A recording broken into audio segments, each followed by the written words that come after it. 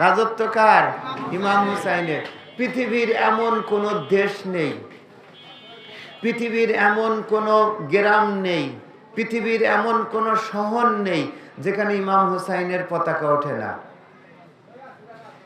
বাংলাদেশের পতাকা ইন্ডিয়াতে ওঠে না, ইন্ডিয়ান পতাকা বাংলাদেশে ওঠে না, পাকিস্তানের পতাকা আমেরিকাতে ওঠে না, আমেরিকার পতাকা কানাডায় ওঠে না, কানাডার পতাকা সুইজারল্যান্ডে ওঠে না।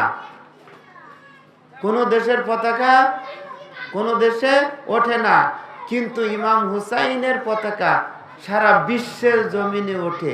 কেন? আর প্রত্যেকের পতাকার নিচে দাঁড়ায়। মনে করেন এখানে 10 জন লোক আছে, 10 জন 10টা দেশের মানুষ। তো 10টা দেশের মানুষ হলে কি হবে?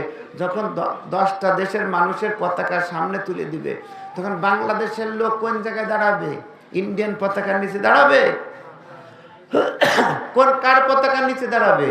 বাংলাদেশের পতাকার নিচে দাঁড়াবে।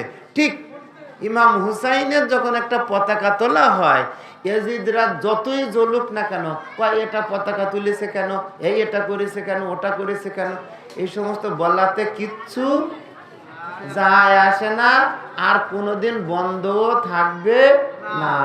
ইমাম হুসাইনের পতাকা যখনই উঠবে, ইমাম হুসাইনের যত লোক আছে সব ওই পতাকার নিচে দাঁড়াবে।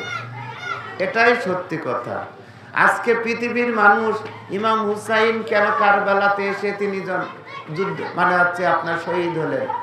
ইমাম হুসাইন চাইলে তিনি মক্কায় থাকতে পারতেন, মক্কায় থাকলেও যুদ্ধ হতো, মদিনাতে থাকলেও মদিনাতে যুদ্ধ হতো।